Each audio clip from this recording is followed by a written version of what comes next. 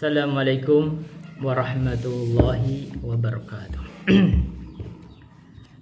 Alhamdulillahil malikil haqqil mubin alladzi akmala ad-dina wa wadaha at-tariqal mustabin.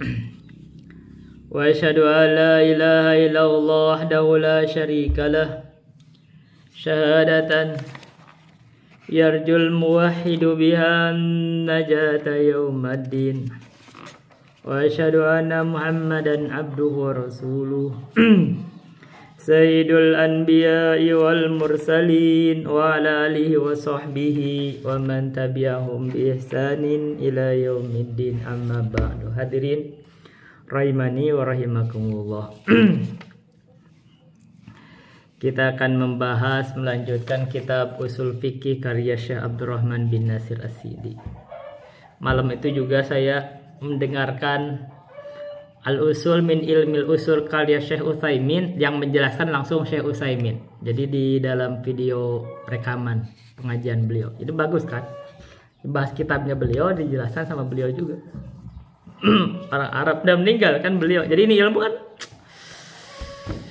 bisa diambil juga kalau orang walaupun udah meninggal, kalau ada videonya atau rekamannya gitu kita bisa mengambil faidah. Karena andai kan saja Nabi Muhammad itu berbicara ada rekamannya, kita akan ngambil faidah dari rekaman itu. Karena kan lebih dapat kan, lebih dapat. Jadi kalau ada ulama mengarang kitab terus menjelaskan kitabnya direkam atau ada di video, itu pasti lebih dapat. Kayak saya sedang menyimak dari Syekh Utsaimin menjelaskan langsung, sekaligus guru saya juga akan menjelaskan juga. Itu kita di compare banyak. Itu satu. Apa pelajarannya? Kita harus banyak mendengar ilmu dari orang yang berilmu. Dari orang yang berilmu, bukan dari orang yang gak berilmu. Kalau Anda salah mengambil ilmu dari guru yang salah, Anda gak akan tambah pintar, Anda tambah bodoh. Kemarin saya cerita kan, di dalam bahasa Indonesia itu ada peribahasa begini: berburu rusa di padang ilalang. Nah, apa sih kalimatnya? Berburu di padang ilalang mendapat rusa belang kaki. Nah, saya kalimatnya saya lupa tuh. Apa sih? Guru apa sih? Pokoknya gitu ya. Saya lupa apa sih kalimatnya. Guru kencing berdiri, murid kencing berlari. Apa yang gitu? Oh iya, kalimatnya. Jadi intinya kalau kita salah ngambil guru, Anda gak akan pinter. Yang Anda tersesat atau Anda salah. Oke, saya itu terus terang kan kemarin saya mengkritik. Kita pentingnya mencari ilmu yang kokoh. Di sini banyak yang ngajar agama itu ngajar Quran. Itu yang ngajar tuh nggak bagus. Tajwidnya tuh nggak bagus. Ya kalau gurunya aja nggak bagus, bagaimana muridnya? Makanya saya tuh si Ubed nggak mau saya suruh belajar sama orang lain, nggak mau. Saya akan ajarin sendiri. Kenapa? Karena sebentar ya, akan saya ajarin dulu ya. Kenapa saya gak mau anak saya diajarin sama orang-orang asal-asalan? Karena kalau gurunya gak begitu fasih dalam membaca Quran misal, maka muridnya itu akan kacau nanti. Sekarang kalau kita perhatikan ibu-ibu atau orang tua atau siapapun yang bacaan Qurannya gak bagus, itu karena faktor itu guru pertama kalinya gak fasih. Dan saya itu merasa saya tuh di sini yang paling fasih dalam baca Quran. Anda boleh cek. Ini bukan sombong ya, bukan sombong. Saya kan sombong. Saya itu hanya menyampaikan kenyataan, boleh diuji. Masalahnya kenapa saya sendiri merasa lebih fasih atau paling fasih dalam baca Quran? Karena prosesnya panjang.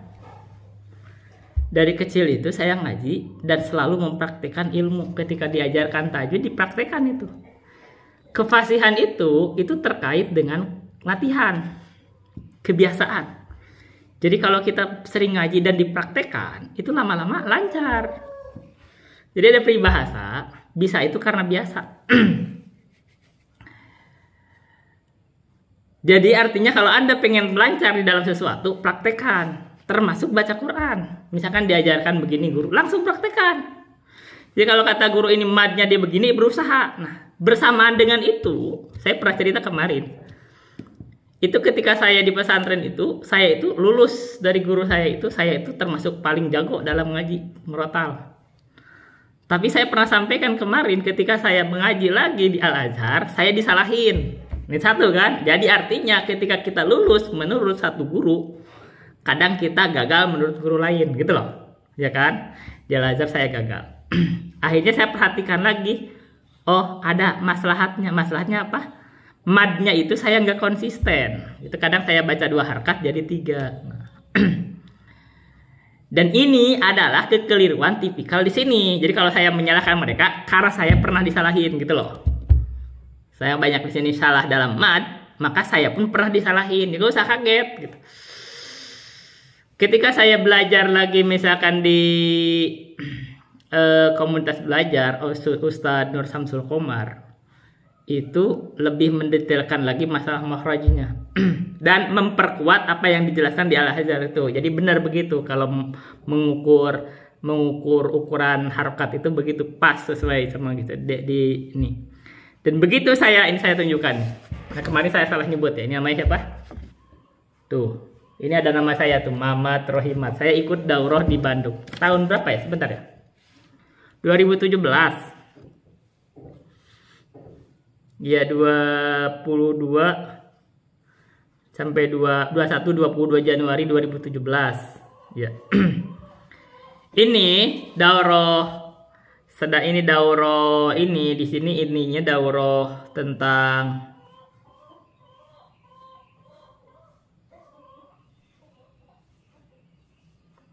di situ kan belajar daurahnya itu Tuhfatul Afal sama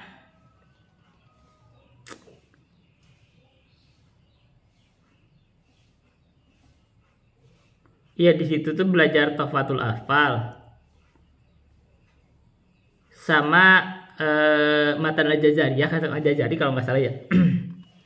Sama belajar Rosem Ismani. Nah, yang mengajar itu adalah, saya kemarin salah nyebut namanya, kan namanya itu rada-rada rumit.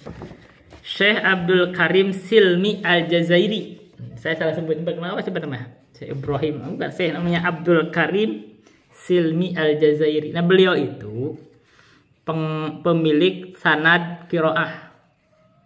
Kalau nggak salah tuh Qiraah Asyroh. Punya sanad itu sampai Nabi itu 28 ini ya. Maksudnya saya ingin sampai gini nih, kita ini perlu berguru dari orang yang berkapasitas. Tapi ketika guru itu semakin hebat, itu kita bisa ketahuan salahnya. Makanya ketika saya datang dan semua orang itu salah semua baca Al-Fatihah. Gitu. Saya maksudnya nyampaikan gini, kalau ada yang menyalahkan, gak usah marah.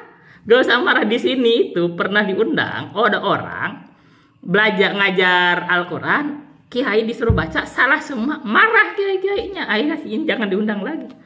Ini apa sih? Ini artinya kan gak tulus dalam mencari ilmu gitu loh. Saya ini pernah disalahin. Jadi bergembira ketika disalahkan gitu loh.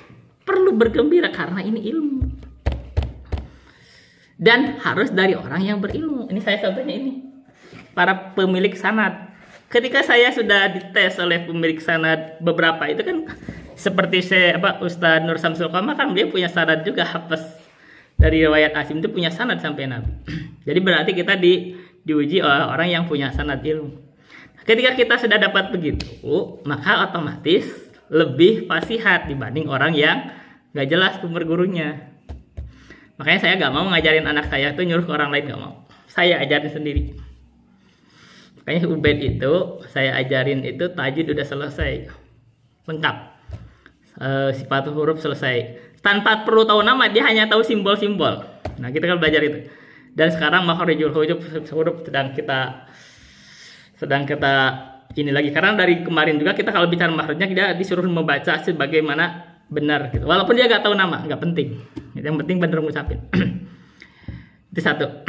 Jadi kalau Anda salah berguru atau salah mengambil guru, itu bukan pinter, Anda akan kadang keliru gitu.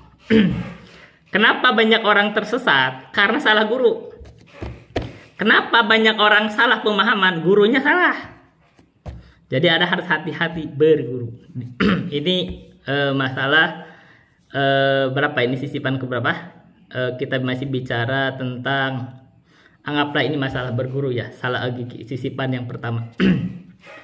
Kalau Anda salah berguru, maka bukan dapat ilmu, Anda dapat kesesatan, Anda dapat kekeliruan, Anda akan ada penyesalan.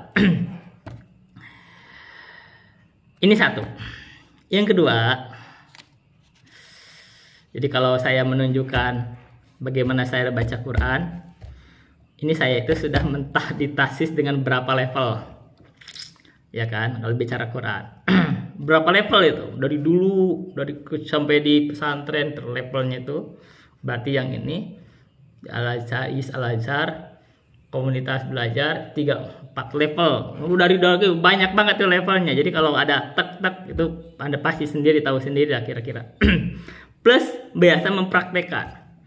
Saya kalau ada ilmu itu saya praktekkan, sama termasuk nahu dan sorob. Saya kalaupun nggak hafal lagi itu nahu sorob, kalau saya baca itu langsung otomatis saya praktekkan. Jadi kalau ada kekeliruan itu sedikit-sedikit lah, persen wajar lah. Lupa salah ucap misalkan, tapi ketahuan salah. Jadi kalau ada orang yang salah ya saya salah ucap gitu. Kita gak ngeyel salah ngucap kok, biarin aja. Salah ngucap, orang kadang salah ucap. Tapi kalau biasa terpraktekkan, kita itu udah jadi ilmu, itu udah jadi, kalau bicara keahlian jadi keahlian, memlakah kita itu jadi bawaan. Kalau kita bicara nahu, walaupun belajar sorob, baca kitab kudu, langsung aja berebet, gak usah mikirin. Saya kan gak mikir dulu, langsung berebet. Salahnya saya pastikan kurang dari 1%. Cek, kurang dari 1%. Jadi saya berani, silahkan menguji saya, bacaan saya silahkan. Kurang salahnya saya pastikan kurang dari 1%. Walaupun saya gak mikir dulu, saya gak murojaah, saya langsung jebret. Dan kitab ini belum diajarin guru, saya langsung jebret, salahnya kurang dari 1%. Anda boleh cek. Kenapa? Karena ilmu itu begitu. Kalau kita sudah biasa kita pakai, kita akan menjadi bawaan kita. Itu dalam berbagai hal. Apalagi kayak nahu sorob itu kan perlu latihan. Apalagi tajwid, nggak bisa kebohongan kalau orang nggak biasa. Gitu. Makanya kita harus biasakan. Itu satu. Yang kedua, saya akan sampaikan tentang etika. Sekarang pentingnya dengan etika. Saya itu baru lihat narasi video Deddy Mulyadi itu marah. Kenapa marahnya? Marahnya Deddy Mulyadi itu dia tuh sedang pidato, terus ada yang teriak-teriak begitu. Dia dengan apa di Subang itu atau apa Persikas atau ya? Tentang terkait dengan klub sepak bola begitu. Marah itu Deddy Mulyadi. Ini bukan acaranya Persikas, ini acaranya saya sama rakyat. Etika.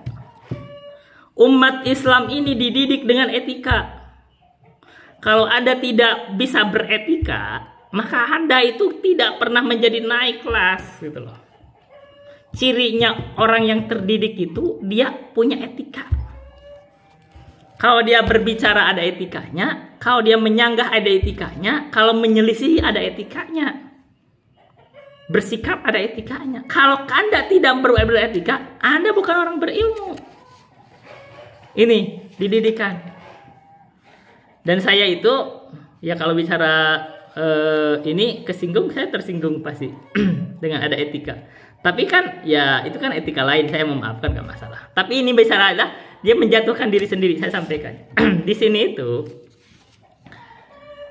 saya itu di daerah di sini itu, ini kan jamaah sedikit. Saya ini adalah otomatis orang yang paling berhak menjadi imam di sini kampung saya. Nah, blok sedikit gitu. Tiba-tiba ada orang datang sini bertamu, dia ingin jadi imam tuh, dia langsung di depan, tidak minta izin saya dulu tuh, langsung di depan. Ini nggak beretika itu. Ini nggak beretika. Kita bicara etika imam ya, kita sampaikan sekarang. Jadi etika umat Islam itu ketika berimam, ketika memilih imam, kalau Anda ada bertamu, tamu itu jangan langsung maju di depan jadi imam. Itu gak beretika itu. Anda gak beretika. Jadi kalau Anda langsung di depan, kalaupun Anda merasa pintar, Anda justru bodoh gitu loh. Kenapa? Gak beretika. Di sini saya sebut namanya deh, nggak apa-apa. Ahmad. Sini namanya anak kecil, masih anak-anak, umur baru 25 tahunan lah. Saya 42 tahun. Ya kan? Tiba-tiba langsung di depan. Gak minta izin. Ini gak beretika. Etika umat Islam itu di dalam memilih imam itu yang pertama dulu adalah itu tuh. Kalau dia ada terkait sama wilayah, misalkan dia adalah tuan rumah, dia yang berhak menjadi imam di situ. Kalau dia langsung maju di depan tanpa izinnya, itu nggak beretika. Kalau bisa nggak beretika, itu artinya orang nggak beradab. Kalau orang nggak beradab, ciri nggak berilmu, gitu loh. Paham nggak? Gak berilmu. Jadi bukan menunjukkan oh saya ini jadi hebat, tidak. Justru menjatuhkan diri sendiri. Kenapa? Karena ciri kamu tidak berilmu. Ya kan? Karena kalau kamu berilmu, kamu akan tahu etikanya. Oh, ini saya ini bukan penduduk asli, dia tamu. Maka ketika menjadi imam, biarkan imam yang biasa di situ, kecuali dipersilahkan. Nah, baru Anda harus beretika. Kita ini saya mendidik kita, saya sampaikan kemarin. Oke, makanya ketika saya didik jadi imam, ya saya pantas jadi imam karena saya lebih berhak. Pertama adalah saya adalah bukan pemilik wilayah, saya asli sini gitu loh. Dan saya itu dari awal suka jadi imam. Gitu. Kalau orang datang sendiri, itu kan nggak pantas langsung di depan. Tapi masalahnya adalah ternyata ketika saya jadi imam, dia tidak mau menjadi makmum, dia mufarokoh. Ya kan, mufarokoh. Dia sholat sendiri. Itu etika lagi tuh. Udah beberapa kali ke bridge etikanya tuh. Karena ketentuan kalau mufarokoh itu artinya menganggap imam itu nggak batal sholatnya. Nah, kalau dia menganggap batal sholat, kewajiban dia tegur, diskusi di situ. Saya tantang kalau mau diskusi sampai mana gitu. Karena dia berarti menuduh saya nggak sah sholatnya. Ya, padahal ketika dia mengajar Al-Fatihah, saya tegur tuh, itu bacaan Fatihah itu madnya nggak pas. Jadi kalau dia ngajar, bacaan ngajarnya nggak bagus, bagaimana muridnya? Sekarang katanya dia mau ngajar juga di lingkungan saya nggak tahu siapa yang nyuruh di lingkungan saya tiba ngajar fikih. Oke, nggak masalah, silakan aja ngajar fikih, silakan ada yang ngajar. Tapi kalau dia ngajar fikih, dia nggak tahu fikih, etika dalam masalah imam, bagaimana kamu mengajar? Dia aja nggak bisa, nggak ngerti etika fikih gitu loh. Ya kan? Kita sampaikan nih. Ini kita bicara etika. Ini orang ilmu itu ada bawaannya. Orang paham itu akan ngerti. Oh, ini ada etika. Saya sudah negur. Kenapa kamu gak ketika dia mufarokoh? Kenapa gak dia mufarokoh? Ini mufarokoh aja etikanya. Kenapa kamu mufarokoh? Apalagi di depan orang tuh. Stop. Nah, itu kan harus siap berargumen tuh. Nah, kalau bicara etika, dia tuh kurang beretika. Harusnya kalau gitu, nanti sholat sendiri aja. Kalau dia nganggap misalkan saya batal sholat, dia sholat sendiri lagi, balik lagi, itu lebih pas. Tapi kalau langsung sholat sendiri langsung bisa, itu namanya gak beretika. Ketika dia gak beretika, itu menunjukkan kebodohan. Mungkin saya suatu saat akan ajak kamu, apa masalahnya, nanti ajak diskusi. Silakan ajak siapapun, bawa kitab apapun, saya akan siap diskusi. Ya, ini bukan apa-apa, kita menegakkan etika. Kita ini harus dididik di atas etika. Andai kan mau mufarokoh itu ada etikanya. Nah, ada ketentuan orang tidak boleh bermakmum kepada orang yang dolalah, punya bid'ah dolalah. Sekarang apakah dia menganggap saya bid'ah dolalah gitu? Ketika saya sudah menegakkan bahwa bid'ah itu harus ditinggalkan. Anggaplah ada perselisihan masalah ibadah akidah. Saya ini menjelaskan akidah Ahlul Hadis, dia mengajarkan Asy'ariyah. Justru saya menganggap Asy'ariyah itu adalah penyimpangan. Kan gitu. Tapi bersamaan dengan itu, ketika ada penyimpangan Asy'ariyah, saya itu tidak mengkafirkan Asy'ariyah. Makanya ketika mereka menjadi imam, saya tuh gak pernah mufarokoh. Kalau alasannya akidah Asy'ariyah, saya gak mufarokoh tuh. Kenapa? Karena tahu walaupun ada perbedaan, ada perselisihan, atau misalkan kita anggap ada penyimpangan di situ, kita masih berikan toleransi karena gak menyebabkan kekafiran. Ini ya kita ada, walaupun ada perselisihan, kita tahu ini perselisihan itu menyebabkan kafir atau tidak. Kalau menyebabkan kafir, kamu nggak boleh bermakmum. Makanya kata Qutaibah bin Said, tidak boleh kamu bermakmum kepada orang Rafidah. Kalau Syiah Rafidah itu kan berarti bid'ahnya bidah kekafiran, atau kepada Qadariyah, atau kepada Jahmiyah ekstrim kan. Jahmiyah ekstrim itu banyak penyimpangan, salah satunya itu kalau ekstrim itu namanya ekstrim ya, kalau Jahmiyah itu bahkan iman aja menurut Jahmiyah ekstrim itu dia hanya sekedar ma'rifatul qalbi ya kalau nggak salah, dia hanya pengetahuan. Artinya kalau dia tahu kenal Allah, tahu, maka menurut dia iman walaupun berbuat kekafiran. Walaupun gagal sholat, asal kenal, asal tahu nama Allah, asal tahu doang.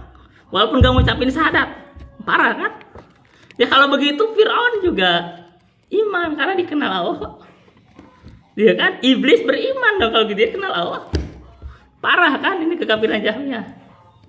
Kalau kamu menghadapi orang yang begitu, kamu gak boleh bermakmum. Alasannya begitu, memang gak sah. Nah, tapi saya ini ahlul hadis. Kalau kamu menganggap saya nggak sah, berarti kamu gak sah bermakmum kepada Imam Syafi'i, kepada Imam Ahmad, kepada Imam Malik. Dan gak ada orang yang berilmu itu menganggap ahlul hadis itu, walaupun misalkan Aswaja kita sering diskusi debat, nggak ada ahlul hadis itu Aswaja itu mengkafirkan ahlul hadis. Kalau misalkan kamu mengkafirkan ahlul hadis, kamu gak sah itu bermakmum di Masjidil Haram. Gak sah itu etika. Jadi kalaupun kamu ada perselisihan, di mana perselisihannya? Ini nama berilmu. Makanya saya ketika ada orang Asy'ariyah, itu ada perselisihan karena mereka mentakwil sifat-sifat Allah. Tapi saya tidak kafirkan. Makanya ketika dia jadi imam, saya masih makmum. Ini lihat etika. Ketika misalkan nih orang-orang sini ada kayak ini, dia itu menguasai wilayahnya, misalkan di masjid itu udah jadi tokoh. Saya itu misalkan jadi imam atau jadi khutbah kadang-kadang. Ketika dia ada bentuk penolakan, saya tuh gak maksa loh. Saya gak maju. Etika. Kenapa? Jangan sampai keimaman ini diperebutkan. Walaupun saya ini kalau secara etika ilmu lebih berhak. Kenapa? Saya lebih fasih dalam baca Quran. Dan mungkin saya lebih alim secara sunnah. Dan bahkan mungkin saya lebih paham, lebih lurus secara akidah. Tapi bersama dengan itu, saya nggak maksa. Kenapa? Etika ini penting. Dan saya masih ada kekurangan-kekurangan baca Fatihah. Misalkan tadinya tipikal yang jadi imam, kan saya sekarang kritik sekali. Itu kalau 2 harkat dibaca 4 harkat itu tipikal. Tapi kita masih nganggap, ya mangisi yang nganggap ya walaupun kurang sempurna masih anggap sah gitu. Begitu. Mad yang diperpanjang kita masih anggap sah. Walaupun nggak fasih. Gitu kan. Karena kalau nggak anggap sah, berarti saya nggak sah jadi makmum kan. Bahaya juga kan. Tapi etika ini bicara nih. Saya nih contoh pengajian di sini di beberapa tempat nih. Ketika saya menyampaikan ilmu, saya sampaikan aja apanya. Ketika ada orang menghalangi, misalkan mungkin nggak boleh sampai ini, saya nggak datang lagi. Etika. Kenapa? Nggak boleh kita itu di suatu majelis itu, ya kalau memang dia itu dianggap yang menguasai wilayah itu, kalau dia memang menghalangi, maksa gitu kita ngerasa kurang etis. Saya awalnya kan saya diizinkan, begitu ada yang menghalangi, saya nggak, silahkan aja, saya nggak akan maksa. Dikira saya itu orang yang senang tampil, enggak. Saya datang ke pengajian itu buang waktu saya ke sana itu kalau ada kesempatan saya ngaji, kalau enggak saya nggak akan datang. Saya mending pergi ke kebun sambil ngambil kayak kerjaan di kebun sambil mendengarkan ilmu di situ. Dan sekarang saya juga ngisi di YouTube ini ada masalah strategis di sini udah banyak. Sekarang ini udah 135 orang yang mendengar. Dan Facebook saya itu namanya Kebun Milenial ya, nggak masalah. Itu banyak yang add terus. Sekarang udah 300 lebih. Padahal itu saya tidak pernah add orang. Berarti dia pengen mendengarkan ilmu, saya terima aja semua. Jadi artinya ini ada bagian dari strategis dakwah. Salah etika. Artinya kalau saya dihalangin itu saya gak akan maksa gitu. Ini saya di sini biasanya kan imam jadi cerah khutbah itu rutin. Tiba-tiba ada hal saya nggak pernah, udah berapa tahun saya nggak pernah naik. Kenapa? Etika. Ya masalahnya buat saya sih etika. Saya kalau mereka gak menghalangi, ya etika buat saya tidak maju. Tapi masalahnya mereka tidak beretika karena saya itu yang dihalangi orang yang paling berhak. Karena kenapa? Karena yang paling fasih dalam bacaan. Mereka itu yang naik itu kadang nggak bisa baca nggak bisa. Misalkan taqullah, ittaqullah itu kan harusnya kalau hamzah selalu dibaca ittaqullah, baca taqullah. Akhirnya jadi turun kelas. Saya lebih berhak kalau mau diuji secara keilmuan, saya itu lebih berhak. Tapi bersamaan itu ketika saya lebih berhak secara etika agama, terus mereka menghalangi misalkan, itu saya nggak maksa, silakan terserah kamu gitu loh. Saya tuh bukan orang yang ingin menjadi pemimpin, enggak, asal ada etikanya. Jadi kalau orang-orang misalkan datang sini ngaji segala macam, pengen jadi imam segala macam, ada etikanya. Kalau misalkan dipersilahkan. Tapi kalau memang yang paling berhak nih, kalau misalkan apalagi kalau di sini kan lingkungan lebih kecil, itu saya lebih berhak lagi karena sudah menjadi ini lingkungan sendiri lebih dekatnya. Sekarang di sini tinjau misalkan secara kalau syarat jadi imam itu misalkan yang paling fasih baca Quran, saya lebih fasih. Yang lebih a'lamuhum, lebih paham tentang fikih atau itu, saya tuh lebih paham. Apalagi misalkan umurnya lebih senior, saya lebih senior juga. Jadi sebenarnya tidak ada sesuatu yang bisa ada ngerasa keberhakan gitu. Begitu langsung ke di depan itu nggak beretika. Jadi bukan menunjukkan dia itu berilmu, justru menjatuhkan diri sendiri. Bersamaan itu ketika saya jadi imam dia mufarokoh, dia jatuh lagi dalam kesalahan. Kenapa? Karena dia itu kan harusnya dia itu jelaskan kalau ada kesalahan itu kita ajak diskusi, harus siap. Mungkin suatu saat saya diskusi siap, karena artinya memponis orang tidak sah sholatnya. Di suatu saat saya nggak tahu kenapa, mungkin ada yang nyuruh gitu atau gimana. Karena di sini sebenarnya ada yang mengkontrak terhadap saya. Tapi dia nggak berani diskusi sama saya, yang kontrak sama saya nggak berani diskusi, nggak berani. Saya tantang mau diskusi berapa ribu orang pun saya nggak berani. Saya udah diskusi sama orang-orang Madura, orang apa. Saya diskusi kalau secara ilmu saya tuh nggak mundur. Siapapun saya akan hadapi. Kalau ilmu ya. Tapi gak ada yang berani. Nah, karena kalau pakai politik, saya juga secara politik orang yang menjaga etika. Kalau misalkan dia menguasai politik, walaupun saya secara etika agama itu tadi ada keberhakan, gak maksa gitu. Gak maksa. Ini etika ini perlu dijaga. Kalau umat Islam ini tidak beretika, itu akan banyak kekacauan dan itu jeleknya umat. Ketika orang berbicara jangan ikut bicara. Begitu. Etika ini penting. Ini Deddy Mulyadi itu marah-marah, kenapa nggak beretika? Ini etika dalam keimaman ini saya sampaikan ya. Itu salah satunya etika. Kalau di kita bertamu ke suatu tempat, maka kita tidak boleh mengimamin dia kecuali diizinkan. Ini etika. Ini paham, itu udah paham. Kalau misalkan orang begitu, itu bukan orang beretika. Ini cara cirinya orang bodoh. Terus mau ngajar fikih di kita juga nggak tahu siapa yang ngajak. Nggak apa-apa kalau ada yang ngizin, nggak masalah. Tapi kan masalahnya kalau yang tadi, kalau berguru kepada orang yang kurang paham, bahkan nggak beretika, muridnya nanti gimana? Muridnya jadi nggak beretika, nggak berilmu akhirnya. Ya itu ya salah sendiri. Itu. Yang berikutnya adalah ketika ada orang yang berilmu tidak diambil ilmunya, dia ada jatuh dalam ketika yang lain. Ada orang yang berilmu justru tidak diambil ilmu atau tidak didengar, itu nanti ada bentuk kufur nikmat. Nah, kita sisipan yang ketiga. Suatu daerah itu, suatu negeri itu banyak nikmat. Nikmat yang paling besarnya itu adanya orang berilmu. Jadi ketika saya misalkan di sini ada di satu daerah itu, saya mungkin termasuk orang yang berilmu. Cek aja di daerah sini siapa yang hafal 12 kitab. Cek. Gak ada. Cek. Nah saya. Jadi yang hafal itu saya. Artinya kalau orang udah sampai hafal 12 kitab dan khatam puluhan kitab dari guru, itu udah kedudukan orang yang berilmu. Jadi kalau Anda tidak menghormati orang yang berilmu, tidak mengambil faedah dari orang berilmu, itu adalah bentuk kufur nikmat. Nanti di hari kiamat kita sampaikan, di hari kiamat itu nanti akan ditanya tentang nikmat. Allah berfirman, "Tsumma latus'aluna yauma idzin 'anin na'im." Kemudian akan ditanya kepada kamu, sungguh-sungguh akan ditanya kepada kamu itu anin yauma idzin di hari kiamat tentang apa. Dan nikmat yang terbesar salah satunya adalah nikmat adanya ulama.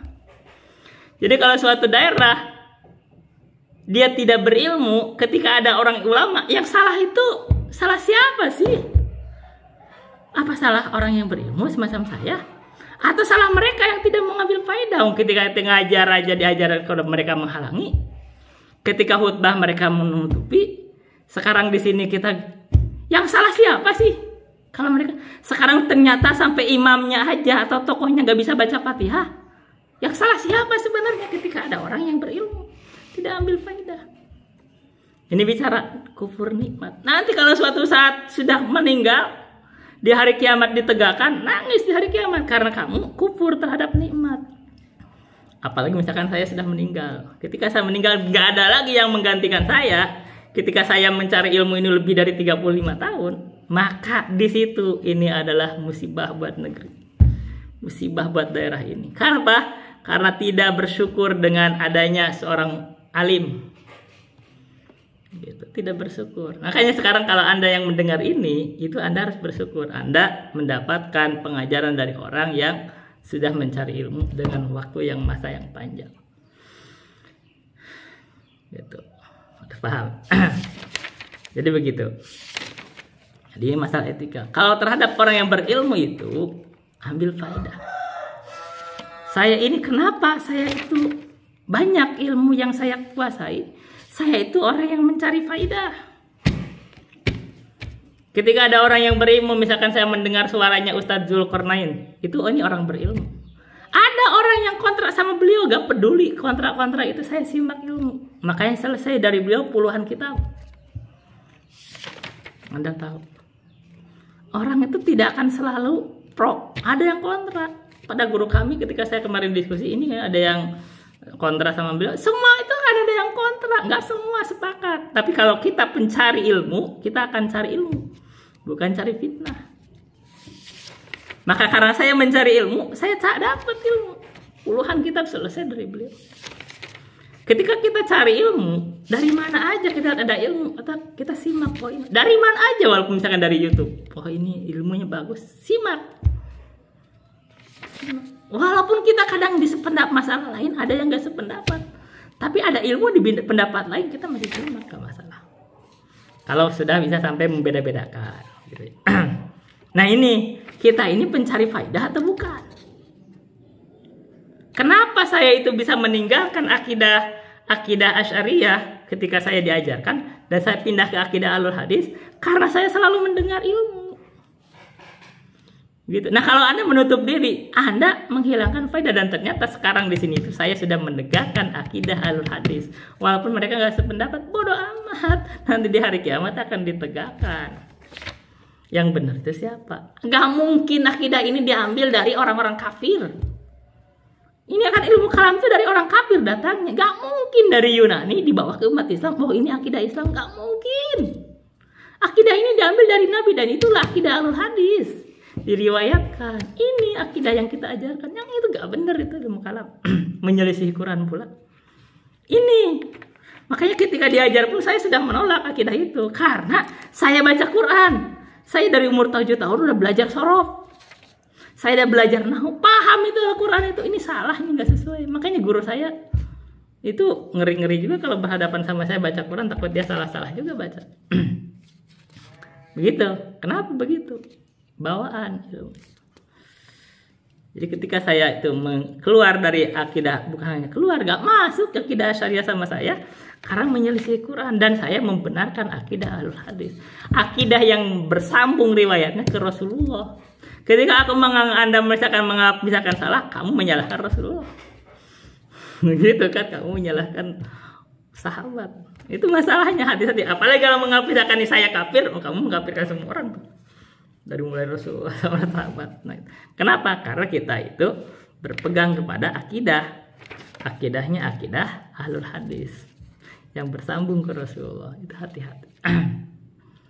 Ketika kita, ini adab, ketika ada perselisihan, harusnya itu didengarkan dulu ini masalahnya di mana. Nah, kalau ada perselisihan itu ada satu wujuh yang mungkin, saya katakan yang wujuh mungkin itu, wa yabqa wajhu rabbik, wa yabqa wajhu rabbik. Allah menetapkan Allah punya wajah. Itu ada wujuh di dalam bahasa Arab, ada dalam Al-Quran. Jadi kalau kamu menganggap saya sesat gara-gara itu, ini kamu nggak paham etika. Nggak paham etika. Karena itu zahir dari Al-Quran. Kamu akan menyalahkan Al-Quran ujung-ujungnya. Menganggap Al-Quran kafir juga gitu maksudnya. Gak gitu. Orang berzahir dengan baca, dengan gak dianggap kafir. Tapi karena kita punya etika, ketika mengatakan wayabku wajhu rabbika dil jalali wal ikram. Ketika orang mengatakan wajhu di situ artinya adalah zat Allah, itu ada wujuh yang mungkin kita tidak kafirkan. Ini etika. Walaupun saya tidak sependapat, tapi kita masih menghargai gitu. Etika. Jadi kita tahu kalau ada perselisihan itu mana perselisihan yang bisa menyebabkan kita tidak bisa terima, bisa menyebabkan kekafiran. Misalkan kalau orang menganggap mengingkari takdir, misalkan Allah tidak tahu apa-apa kok tentang apa yang saya lakukan, itu kamu mengingkari ilmu Allah, itu kafir, kita tidak bisa terima. Kalau kamu misalkan ada mengatakan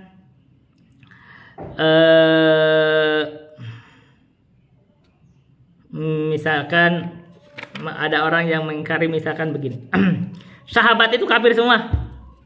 Nah kita itu namanya itu kayak orang Syiah, itu kita tidak terima. Jadi ada hal yang kalau perselisihan itu kita tidak bisa toleransi. Tapi ada hal yang kalau saya sebut kalau Asy'ariyah atau kalangan Nahdiyin itu kita masih toleransi dalam hal misalkan asal mereka murni, misalkan murninya di dalam keyakinan mereka, misal ya. Seperti itu mentakwil misalkan sifat Allah tapi dengan takwil yang ada saik walaupun lemah, masih kita hargai. Tapi kalau dia menyimpang dari keyakinan Nahdiyin sendiri jadi menjadi liberal, kita lebih tegas, lebih keras lagi. Jadi kan mereka kalau liberal mengatakan semua agama sama, semua akan masuk surga. Nah, itu lebih parah lagi. Ya kan? Gitu. Atau misalkan menjadi sufi yang ekstrim. Sufiah yang ekstrim itu ya, sufiah yang ekstrim. Ya kita lebih keras. Jadi kita harus tahu tuh kalau misalkan etikanya Anda boleh keras penyelisihannya, dah masalah yang keras, yang tegas. Tapi kalau masalah ini nggak tegas, Anda nggak boleh keras. Makanya saya dalam masalah-masalah khilafiyah saya nggak keras. Masalah kunut misalkan, saya nggak keras. Anda mau kunut atau tidak kunut nggak masalah, ya kan? Nggak masalah, nggak wajib. Sejak kapan wajib? Masalah talafut biniat itu saya nggak ngucapin talafut. Tapi kalau ada mengucapkan saya nggak masalah, nggak masalah. Maksudnya saya tidak ngapungin batal, enggak. Ini masalah sepele gitu loh. Jadi Anda tahu ada masalah sepele atau tidak sepele. Nah, ini ada etika. Mana sih babnya tentang ini, saya akan baca etika ini macam tentang keimaman. Kita harus tahu. Nah, cirinya orang yang berilmu itu adalah orang yang punya etika. Karena kalau Anda tidak punya etika, repot. Misalkan mengatakan orang berilmu juga repot. Gimana caranya? Repot. Kenapa? Ya karena kan kita tidak perlu ngomong saya ini orang berilmu. Nggak perlu kamu berbicara saya ini orang berilmu. Nggak perlu. Akan kelihatan dari sikapnya. Akan kelihatan. Kan ada kelihatan nanti gini-gini. Kelihatan orang yang berilmu itu ketika bersikap. Tapi kalau dia menyelisihi ilmu ketika bersikap, ini jadi orang bodoh gitu maksudnya. Nah, kelihatan juga. Saya ini orang berilmu, masuk ke depan baca Fatihah salah. Ini malah menunjukkan kesalahan. Kamu baca Fatihah aja masih salah. Paham kan? Jadi justru kalau kita senang tampil tapi kenyataannya adalah ini kenyataannya justru ada kekurangan, justru bukan malah menyebabkan dia itu menyebabkan kurang akhirnya. Jadi tampak gitu. Jadi masalah etika itu begitu.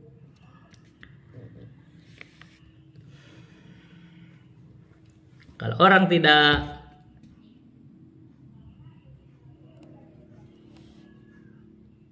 saya baca orang yang lebih berhak menjadi imam. Etika berimam. Karena kan dari etika berimam. Kamu ngajar fikih kalau nggak tahu etikanya, ya gimana ya? Orang nanti kan jadi nggak bagus dalam berimamnya. Oh, ngajar fikih, ya lemah ya. Kalau dicek itu fikih itu kan kalau orang pengetahuan itu, dia harus. Ini kita belajar usul fikih nih ngajar sekarang. Ya kita tahu fikih, tahu usul fikih, tahu dalil-dalil fikihnya, tahu maqasid syariahnya. Nanti akan kelihatan. Dari fikih baru kokoh. Dan kita sedang bongkar semua. Tapi yang saya enggak. Saya sebenarnya juga saya menyampaikan ilmu itu sekarang kan sekaligus prakteknya baca juga kita pendalaman. Kita lebih bagus di sini aja dulu di prioritasnya. Karena biar mendalam ilmunya, biar sekaligus saya menajamkan juga. Kalau di sini saya udah aja ada satu tempat udah ngajar gitu. Nanti kita bahas juga di satu tempat. Gak usah banyak-banyak. Ngapain kita bahas banyak ilmu banyak-banyak? Orang juga kalau banyak-banyak kan habis waktu juga. Udah satu aja, saya udah di sini ada satu nggak masalah. Karena ketika dua saya gugur nggak apa-apa juga, saya capek juga. Jadi makanya gitu udah sama apa. Gitu. Andai kan saya gugur satu nggak apa-apa juga, saya ngisi di YouTube dan mungkin saya pindah tempat lain gitu kan. Di situ ada uang saya kan di situ. Punya masjid dan dia itu ini juga akan jadi pemimpinnya. Saya pikir mungkin akan memamurkan juga gitu loh. Jadi saya kali mikir mungkin khutbah Jumat sesekali datang ke sana gitu. Sedang berpikir maslahat dan madaratnya. Karena memang gitu aja, kita santai aja, kita nggak usah maksa-maksain apa sih. Saya nggak usah maksain. Di sini misalkan saya biasa jadi khutbah, jadi imam. Jadi khutbah misalkan kalau imam saya persilakan untuk mengetika itu nggak jaga orang kan, nggak apa-apa. Kalau nggak apa-apa juga kan, maksa kita cari yang lain. Saya ngisi pengajian di sini ngisi sepanjang dikasih waktu kan, nggak apa-apa juga, saya nggak datang, saya cari yang lain. Atau kita ngisi di YouTube gitu, kita nggak apa-apa, nggak usah jadi orang yang memaksakan. Apa sih? Kita tidak akan ditanya, saya ini tidak ditanya, Mat, kenapa kamu gak nyampaikan ilmu? Saya sampaikan. Kenapa saya dihalangi? Ya tanggung jawab aja kepada Allah, kenapa kamu menghalangi gitu loh. Karena kalau kamu gak sependapat harusnya bantah kan gitu. Tapi ketika kamu tidak sependapat terus kamu menghalangi, itu dosanya besar. Allah berfirman, "Waman adzlamu mimman mana'a masajidallahi ayyudhkara fiha ismuhu." Siapa yang lebih zalim dari orang yang mencegah orang untuk berzikir di masjid-masjid Allah. Ini masjid-masjid Allah, berarti milik Allah.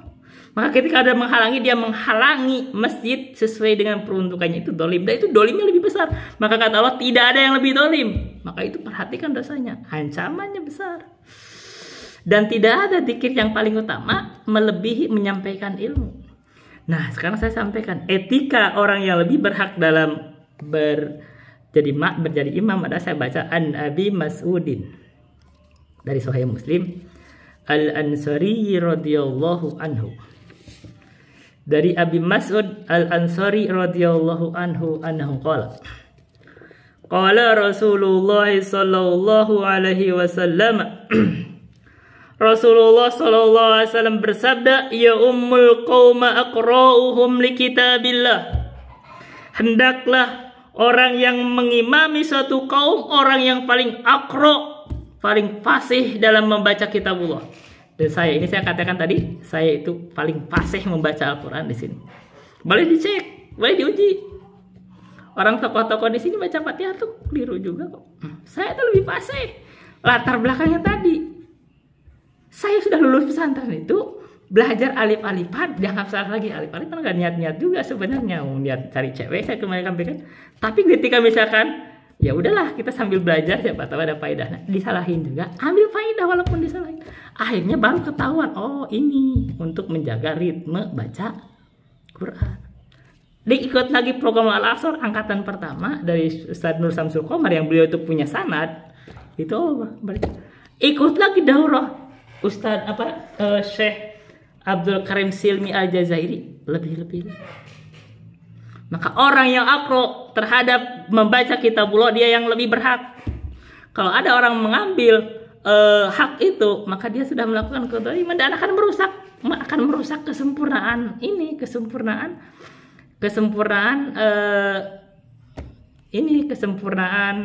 berjamaah. Akhirnya jadi jelek berjamaahnya karena yang menjadi imamnya nggak pasti bacaannya. Itu satu. Yang kedua, fa in kanu fil qiraati sawaan, kalau mereka calon imam itu di dalam qiraahnya sama, falamuhum bisunnati, yang paling paham tentang sunnah Rasulullah. Sunnah itu diterjemahkan menjadi fikih, yang paling paham terhadap fikih. Siapa yang lebih paham terhadap fikih? Kalau disuruh baca takrib bisa nggak? Kaidah fikih paham nggak? Kaidah fikih saya hafal tuh. Ini usul fikih kita sedang kaji. Masalah gitu kan. Jadi kita harus tahu. Kita ini berhadapan tentang hak. Yang hak itu Allah yang menetapkan dan Rasulnya. Hati-hati. Yang ketiga, fa in kanu fis sunnati sawaan faqdamuhum hijratan. Kalau di dalam sunnah itu, pengetahuan tentang sunnah itu sama, maka pilih yang lebih dahulu hijrah. Kalau misalkan zaman dulu ada hijrah, itu hijrah lebih dulu. Fa in kanu fil hijrati sawan, kalau bareng hijrahnya, faqdamuhum silman. Maka pilih yang lebih dulu masuk Islam atau lebih senior.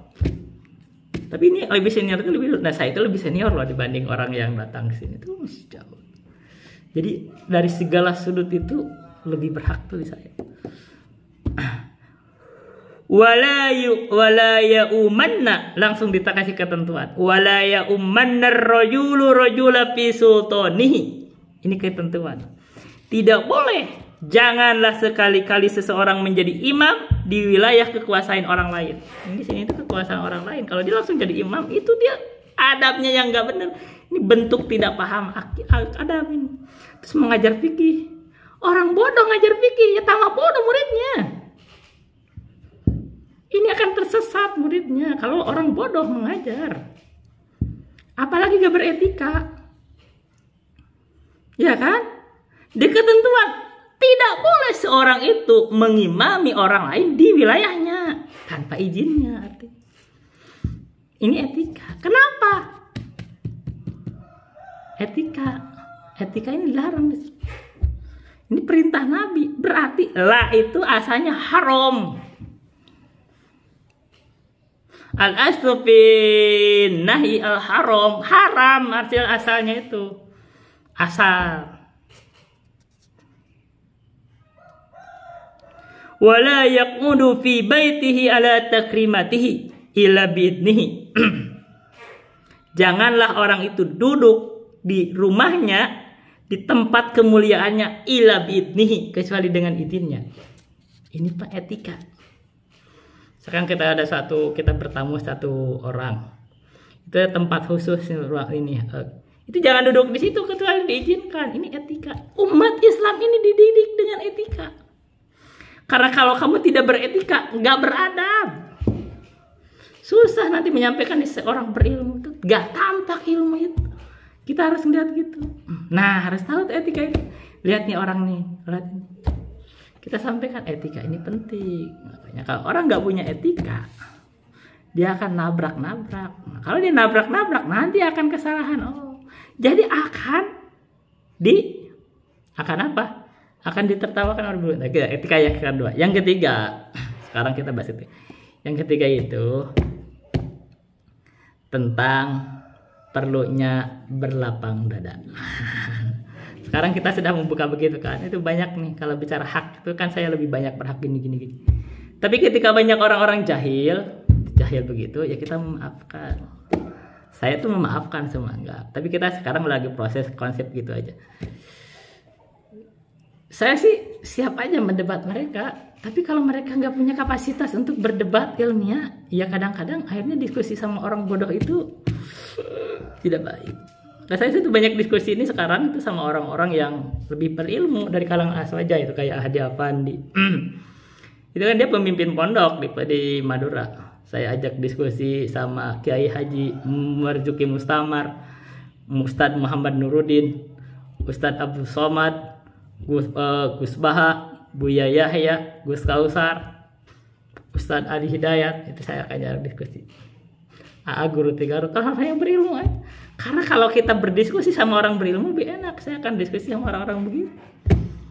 Karena mereka lebih ada kapasitas ilmu gitu. Kalau orang nggak ada kapasitas ilmu, diskusi juga sampai juga. Ini sisipan keberapa ini? 2, ketiga. Kita perlu banyak memaafkan. Saya maafin. Karena orang itu a'rid anil jahilin, kita ya udah kita maafin. Mereka tuh nggak tahu juga. Yang saya sampaikan ini hak. Yang mereka pegang itu adalah kebatilan. Mereka merasa benar. Udah kita sabar. Mereka nggak sampai juga kedudukan ilmunya seperti saya. Saya tahu apa yang mereka pelajari. Mereka nggak tahu apa yang saya pelajari. Jadi ya sudah. Kalau suruh baca Quran juga, apalagi suruh memahami Quran belum tentu bisa. Baca Quran aja masih salah-salah. Ya susah. Kita bicaranya saya yang nyebutnya orang jahil, ya susah. Jadi ya udah biarin aja. Kita memaafkan. Jadi yang ketiga, kita itu perlu banyak memaafkan. Dan bentuk memaafkannya adalah arid anil jahirin, tinggalkan aja orang-orang bodoh itu. Nggak perlu diajak diskusi juga. Memang kalau berdebat sendiri juga, kalau orang bodoh kan nggak perlu. Jadi saya bisa, tapi masalahnya punya kapasitas nggak untuk diskusi? Kalau nggak punya kapasitas, ya. Ada di sini ada kiai yang relatif berilmu, Ustadz Lukman, itu relatif berilmu, atau Ustadz Helmi. Tapi Ustadz Lukman itu saya ajak diskusi gak mau dia. Gak mau, orang yang berilmu diskusi gak mau, apalagi gak mau. Jadi saya tahu ada berilmu di situ gak mau. Ada di sini ada paman misalkan sama Mang Abdul Haq yang berilmu. Tapi saya gak pernah ngajak diskusi juga. Tapi orang yang berilmu itu kalau saya bicara itu mereka itu menghargai. Beda. Orang yang berilmu itu menghargai gitu loh. Gitu, paham kan? Jadi kalau kita diskusi gini gitu, berhargai. Saya menghargai dia, beda. Nah, enaknya aja sama orang berilmu. Jadi kalau kita diskusi sama orang, makanya saya gak mau diskusi sama orang yang kagak berilmu. Di sini ada orang yang sok berilmu atau Mang Jalil, itu tapi kita diskusi, salah-salah juga dalam membaca kitab salah. Padahal dia merasa paling berilmu juga. Apalagi ini si anak kecil. Jadi gitu ya. Anda tahu salah berhadapan dengan orang gitu. Tapi bersamaan dengan gitu kita maafin aja. Enggak masalah, dimaafkan. Kenapa? Wa arid anil jahilin. Biarkan aja. Biarkan aja, silakan aja. Saya bukan orang yang ingin jadi imam, bukan. Ini kan tahu kan saya jadi khotib, jadi apa? Orang diambil itu silakan, saya enggak pernah. Ngapain saya cari? Jadi imam itu kan ada tanggung jawab. Berat. Tapi masalahnya demi kesempurnaan imam itu ada orang yang berhak diatur haknya. Ketika kalau mau dicek saya itu yang paling berhak diambil orang, maka runtuh. Keutamaan berjamaah itu hilang. Itu masalahnya. Dan kalau keutamaan hilang, jamaah yang rusak itu adalah jamaahnya. Masyarakat dihianati gitu loh. Kalau kita bongkar menjadi khotib, nggak bisa baca aja nggak bisa. Salah baca salah hancur gitu. Apalagi misalkan nggak salah ilmu. Kalau yang menyampaikan ilmu orang yang gak berilmu itu malah sesat. Maka itu akhirnya jatuh masyarakat. Ya nggak apa-apa, silakan aja. Saya sudah nyampein ilmu, menerima atau enggak. Saya juga sekarang ada forum sendiri juga. Saya lebih prioritas di YouTube juga. Gitu. Dan kemungkinan kalau pemasakan di sini, saya kemungkinan pindah juga ke situ, ada di tempat masjid yang kita ada uas saya itu punya masjid yang itu jadi saya memakmur. Itu biasa aja, santai. Ini etika. Ya kita biasa aja, gak memaksa, salahkan aja. Kayak begitu. Itu kita sisipan ilmu keberapa itu? 1, 2, yang ketiga. Sekarang sisipan ilmu yang keempat. Yang keempat saya akan sampaikan, ini kan saya sudah ada, oh ya, Deddy Mulyadi itu membuat program atau memerintahkan masyarakat itu jangan bermain-main sama ular kobra. Dan saya dari dulu gak suka ya, orang kenapa sih bermain, itu banyak yang meninggal itu dipatuk ular kobra.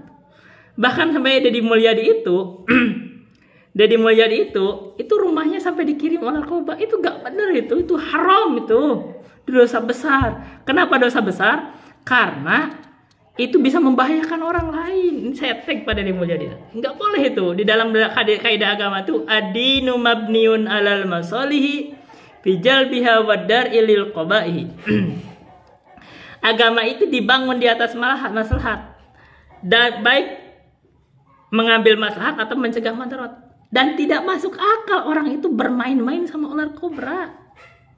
Dan saya itu menduga orang yang bermain dengan ular kobra itu sebab kematiannya dia. Kan takdir itu adalah ada dengan kecenderungan kesukaan. Ketika sukanya sama ular, matinya sama ular. Nah, itu benar tuh pemimpin kita itu memerintahkan jangan bermain-main sama ular kobra karena membahayakan dirinya dan membahayakan orang lain. Kita itu harus taat kepada ulil amri kita. Sekarang itu sisipan yang kelima. Taat kepada ulil amri dalam hal yang ma'ruf. Ini ulil amri pemimpin kita ini, Pak Dai Mulyadi, memerintahkan untuk tidak bermain-main sama ular kobra. Karena itu madorot, berbahaya. Nah, itu baik untuk kita. Kita harus taat. Kita sisipan yang keenam.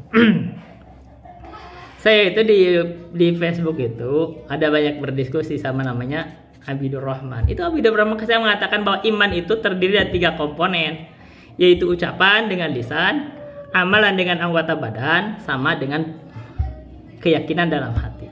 Gugur salah satu bukan keimanan. Gugur dalam ucapan dia kafir, gugur dalam amalan dia fasik, gugur dalam keyakinan dia munafik. Terus dia itu punya subhat. Bagaimana dengan orang bawa nas tentang saudara atau keluarganya Fir'aun itu yang dia menyembunyikan iman. Ini kan di dalam ulumul Quran disebut namanya itu kan Hizkil. Hizkil itu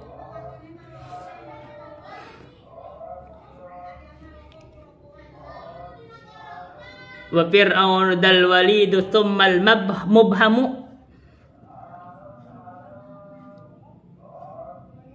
min ali fir'aun alladzi qad yaktum. Jadi dari keluarga Fir'aun yang menyembunyikan imanahu wa ismuhu Hizkilu yusha'ubnu nunin ya labibu wa man ala yasina qad yuhilu. Jadi Hizkil itu dari keluarga Fir'aun itu dia menyembunyikan keimanan. Maksud menyembunyikan keimanan apa? Dia tidak mengumumkan keimanannya di depan Fir'aun, di depan masyarakat. Kenapa? Akan dibunuh. Nah, apakah berarti tidak mengatakan bahwa Hizkil tidak bersyahadat? Tidak, dia bersyahadat. Karena wajib mengucapkan syahadat itu. Nah, sekarang masih disebut ucapan dengan lisan itu apa? Ucapan dengan lisan itu kita mengucapkan asyhadu alla ilaha illallah. Kalau dalam konteks bacaan itu kan membaca. Nah, membaca itu syaratnya itu kita bisa mendengar diri sendiri. Terus bagaimana kalau misalkan dia tidak disaksikan orang lain? Akan gugur atas sebagian hak dia sebagai muslim. Itu aja masalahnya. Kenapa kita dipersaksikan itu? Biar kalau dia mati ditegakkan hak dia sebagai muslim. Dikafani, dikuburkan, disolati, dimandikan. Maka terjadi juga bukan hanya keluarga Fir'aun ini, Hizkil ini. Raja Najasyi, dia raja. Tapi rakyatnya itu orang Kristiani. Maka dia itu gak berani mengumumkan keislamannya. Maka dia meninggal dikuburi dengan caranya orang Kristiani. Apa akibatnya? Dia muslim tetap. Tapi akibatnya dia tidak ditegakkan hak dia sebagai seorang muslim. Maka datang wahyu kepada Nabi. Maka Nabi sholat jenazah, itu sholat gaib. Itu. Tsumma najasyana wa shalla alaihi min taibatana lal fada. Di tahun ke-9 Hijriah itu datang wahyu kepada Nabi, itu kabar duka bahwa Najasyi itu Raja Najasyi sudah meninggal. Maka Nabi sholat dari Madinah, sholat gaib. Itu tahun ke-9 Hijriah. Maka ada pelajaran di sini. Pelajarannya, kalau orang itu, ini kita pelajaran sisipan ke-6. Orang itu kalau tidak mampu mengumumkan keislaman, dia tidak diwajibkan, tidak diperintahkan. Karena berdasarkan kaidah Allah berfirman, la yukallifullahu nafsan illa usaha. Allah tidak perintahkan, tidak bebani seorang itu kecuali kemampuannya. Kalau dia mengumumkan itu menyebabkan dibunuh dan itu mudarat bagi dia tidak sanggup, gak perlu diumumkan, gak masalah. Dia bisa hadat, dia sholat, beriman. Masalahnya dia misalkan ketika dia meninggal tidak ditegakkan itu bukan urusan dunia juga, urusan akhirat, gak masalah. Nah, itu terjadi sama Najasyi. Nah, ini terjadi sama Hizkil, keluarganya Fir'aun. Begitu. Anda harus tahu. Jadi mengucapkan itu bagian dari keimanan. Ucapkan kalau ada punya lisan, kalau enggak ya udah ucapkan semampunya walaupun enggak keluar. Karena teh wa nutqu bisyahadataini tubiro li sihatil imani min qad. Yang tidak ada itu dia tidak mau bersahadat. Kalau enggak mau bersahadat, dia enggak bisa menjadi mukmin, tidak bersahadat. Gimana? Walaupun hanya membenarkan, itu orang kafir juga membenarkan tapi gak mau bersahadat. Nah, sekarang kita pelajaran lain. Ini ke-7. Terjadi di zaman kekaisaran Heraklius. Heraklius itu membenarkan Nabi Muhammad. Dia itu raja. Dan dia mau mengumumkan keislamannya, dikumpulkan rakyatnya. Tapi rakyatnya menolak. Akibatnya dia gak mau. Gak jadi akhirnya. Karena rakyatnya menolak. Akhirnya dia tetap membeli kekafiran. Hukumnya jadi kafir. Tapi kalau misalkan Heraklius itu mengikuti Najasyi, jadi muslim. Jadi, ini pelajaran keberapa? Ke-8. Makanya di dalam keyakinan kita gak boleh mentakyin seseorang kafir itu di neraka. Gak boleh, siapa tahu dia menyembunyikan keislamannya di depan halayak, dia mukmin tapi gak berani mengumumkan, akhirnya hukum akhiratnya dia mukmin. Siapa tahu juga di hari akhirat, di menjelang kematiannya dia itu bersahadat. Sebagaimana tidak boleh pula kita memastikan seorang mukmin itu pasti di surga. Gak boleh, siapa tahu dia ada kekafiran sebelum dia meninggal. Itu ya udah sisipan keberapa. Kita sekarang sampaikan usul fikih. Ini udah banyak. Kita sekarang baca usul fikih. Wa minha, dan dari nususul kitab wa sunnah itu, bentar. Wa minha, dan dari sebagian atau dari nas Alkitab dan sunnah juga ada yang mutlakun anil quyudi, mutlak, terlepas, maksudnya dari kaidah-kaidah mutlak. Dan ada juga muqayyadun biwasfin au qaidin mu'tabarin. Dan ada juga yang ditakyid dengan sifat atau ditakyid atau dengan takyid yang mu'tabar. Maka hukumnya kemarin sudah diulas sedikit, fayuhmalul mutlaqu alal muqayyadi. Maka dibawa hukum yang mutlak kepada muqayyad. Kemarin saya baca ulumul Quran sedikit agak macet, saya baca sekarang. Wa hamlu mutlaqin alal didida amkana wal hukmul lahu qad ukhida. Hukum dari yang mutlak itu dibawa kepada kebalikannya yaitu muqayyad. Wal hukmu lahu qad ukhida. Hukumnya itu dari yang muqayyad dibawa kepada yang mutlak. Jadi yang mutlak itu akhirnya dibawa hukum muqayyad. Kal qatli wad dihari haitsu qayyadat ulahuma mu'minatin idwar. Ini yang raga yang kemarin ada ini. Ada dalam ayat misalkan contoh membunuh atau zihar, ketika diberikan kaidah takyid ulahuma mu'minatin itu warodat. Di dalam yang pertama yaitu membunuh itu ada dikait dengan mukminah. Itu datang nasnya begitu. Jadi kalau dalam ayat yang tentang membunuh itu merdekakan budak mukminah. Dalam ayat dihar enggak. Maka hukumnya ketika dia melakukan dihar bayar kifaratnya dengan kifarat hukum yang dari mukminah itu, yang hukum yang membunuh itu, yaitu yang dari muqayyad. Maka tetap merdekakan budak mukminah menurut ulama jumhur. Gitu, walahuma mu'minatin idwarut. Wa haythu la yumkinu kal qada'i fi syahri siyami hukmahu la taqtafi. Jadi kalau misalkan tidak mungkin seperti itu, maka ya udah diamalkan satu-satu aja, itu sesuai nas masing-masing. Kita baca sekarang dari syarahnya. At-taqsimus tsani, Ini taksimul tsani dari mana?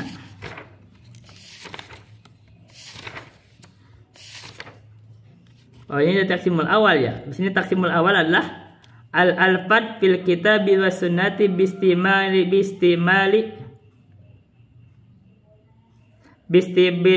bi'tibari istighroqi al-afradi jinsiha wa adam istighroqiha wa tadkar al-alfad fil kitabi was sunnati al-qismani. Al-qismul awal al-umum, al-qismus tsani al-khas. Jadi bukan an-naw'us tsani, ini al-qismus tsani harusnya. Begitu. Nah, sekarang ternyata taksim lagi taksimul tsani. Nah, ini taksimul tsani dari situ. Jadi lafaz dari Alkitab dan Sunnah itu ada yang mutlak dan muqayyad. Jadi taksimul alfadi ila mutlaqin wa muqayyadatin. Jadi pembagian lafaz-lafaz itu ke dalam mutlak dan muqayyad. Sekarang bagian yang pertama al-mutlaq. Naul awal al-mutlaq. Al-muradu bil mutlaqi al-lafdul ladhi yadullu ala haqiqatin lil jinsi biduni an yakhtussa bi fardin minal afradi. Yang disebut dengan mutlak adalah lafaz yang menunjukkan kepada hakikat untuk jenis biduni an yukhtasso, tanpa ada penentuan bi fardin minal afrodi, dengan satu fard dari afrod-afrodnya. Jadi tidak ditentukan misalkan ini si anu gitu, enggak misalkan ini mutlak misalkan. Kama fi qaulin fi nakirati fi siyaqil itsbati, sebagaimana nakirah di dalam siyak itsbat. Berarti itu tidak ditentukan. Fa innahu lama qala ta'ala, maka sesungguhnya ketika Allah berfirman fatahriru raqabah, maka merdekakan budak. Dalla hada ala anna ayy raqabatin tajzi'u, maka ayat ini menunjukkan bahwa budak mana aja itu bebas, mencukupi untuk melaksanakan hal tersebut. Wa mithlu qoulihi ta'ala, dan perumpamaan firman Allah Ta'ala, faman lam yajid fasyamu thalathati ayyamin, barang siapa yang tidak mampu, tidak ada maksudnya itu ketika dia itu misalkan tidak ada untuk kifarah sumpah itu kan, maka cukup saja misalkan dia tidak ada bisa untuk memberikan budak misalkan, atau memberikan makanan itu kan kalau nggak salah ke 10 orang miskin ya, maka fasyamu thalathati ayyamin, maka puasa saja 3 hari ya. 3 hari ini mutlak. Dzalika kafaratu aymanikum,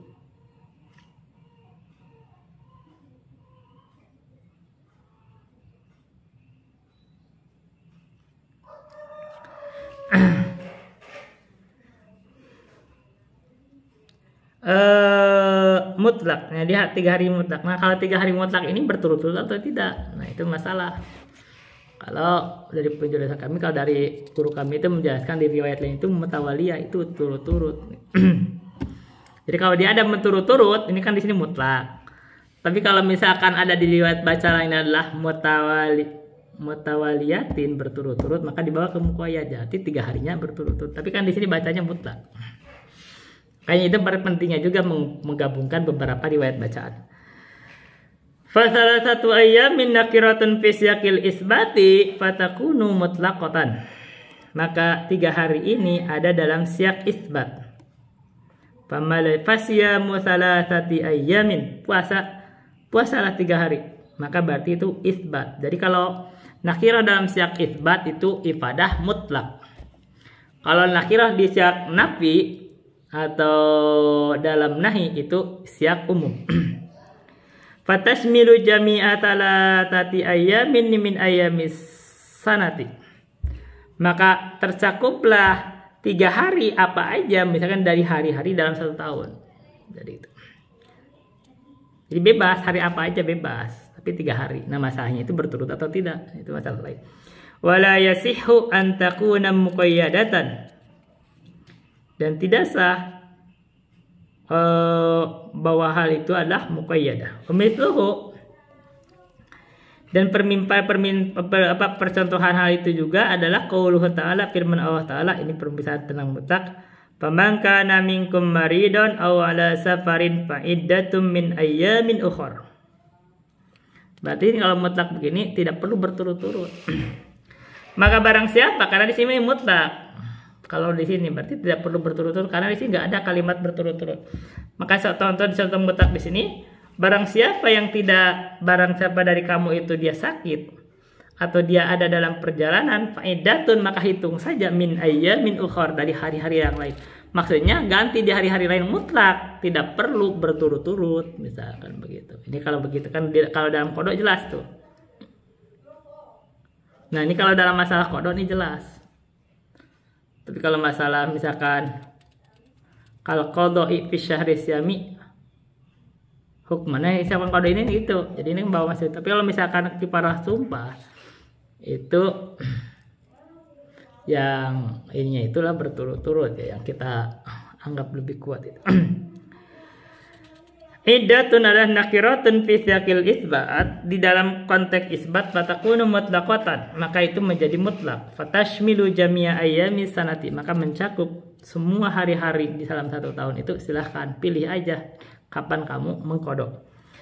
An-naw'u tsani, bagian yang kedua adalah atau bentuk yang kedua adalah al-muqayyad. Muqayyad wa huwal mausufu bi sifatin zaidatin an haqiqatil jinsi, yaitu yang disifati dengan sifat yang tambahan dari hakikat al-jins. Kama fi qoulihi, sebagaimana dalam firman Allah Ta'ala, fatahriru raqabatin mu'minah. Mu'minah adalah qaidahnya. Berarti ayat ini ada raqabahnya jadi muqayyad karena ada qaidah mu'minah. Maka merdekakanlah budak mukminah. Famifahuna lafdzatum mu'minah qaidun.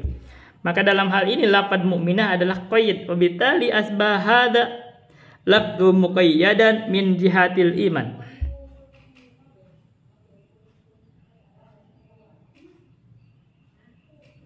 Maka dengan hal tersebut jadilah lafaz ini menjadi muqayyad dari arah keimanan. Maka maksudnya kamu yang harus merdekakan adalah budak yang mukminah, ya, budak yang beriman. Wa yadkhulu fil muqayyadil lafdzud dalu ala fardin wahidin kama fi qaulika. Dan masuk juga di dalam muqayyad adalah lafaz yang menunjukkan kepada fard, pada seseorang wahidin, yang satu, kama qaulika, sebagaimana dalam firman Allah Ta'ala, Muhammadun Rasulullah. Muhammad adalah Rasulullah. Fa inna hada muqayyadun wa laysa bimutlaqin. Maka kalau disebut Muhammadun Rasulullah itu adalah mutlak, muqayyad katanya. Fa inna hada, maka ini termasuk muqayyad. Kenapa? Karena wa yadkhulu fil muqayyad lafdzud dalu ala fardin wahidin. Berarti Muhammad adalah menunjukkan fard yang satu, berarti adalah muqayyad. Muhammadun Rasul itu muqayyad. Jadi karena hanya satu orang, enggak ada lagi yang lain, dia muqayyad. Walaysa bumutlaqin, bukan mutlak. Idan al-muqayyadu yanqasimu ila qismaini. Kalau begitu, muqayyad itu terbagi ke dalam dua bagian. Pertama, al-qismul awal, maka nadaran ala fardin bi'ainihi. Sesuatu yang menunjukkan kepada satu fard, satu bagian gitulah, bi'ainihi, dengan ainnya. Yang kedua, misalkan Muhammadun Rasulullah itu cuma satu orang, berarti itu muqayyad. Yang kedua adalah al-mausufu bi sifatin zaidatin anil jinsi, yang disifati dengan sifat yang tambahan atas jenis. Wa nadribu lidzalika mithalan, dan kita akan buatkan untuk hal tersebut contohnya fi qaulil lillahi jalla wa ala, di dalam firman Allah Ta'ala jalla wa ala, fa in talaqaha fala tahillu lahu min ba'du hatta tankiha zaujan ghairah. Kalau dia mentalaknya, maka tidak halal bagi dia, itu perempuan itu tidak halal min ba'du, setelah dia mentalak, setelah dua kali dia talak terus dia talak lagi, maka dia tidak halal nikah lagi hatta tankiha zaujan ghairah, sampai itu perempuan menikah lagi kepada laki-laki yang lain dan dia berhubungan. Huna zauj nakiratun fi siyaqil isbat fatakunu mutlaqatan tasmilu ay zaujin. Jadi asalnya itu adalah Zauj di sini kan dia nakiroh dalam siyak isbat, maka dia adalah mutlak. Tasmilu ayy zaujin, tasmilu ayy zaujin, maka dia mencakup pasangan atau suami mana aja.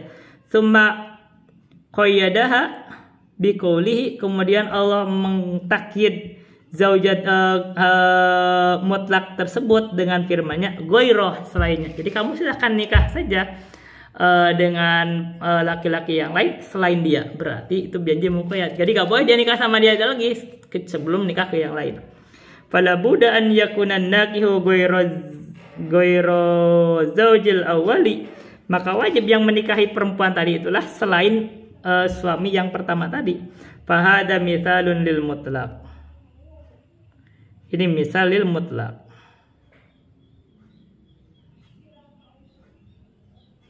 Itu jadi zaujan asalnya mutlak, tapi kalau ditambah dengan ghairah jadi muqayyad. Begitu maksudnya. Masalah kita baca. Banyak ya.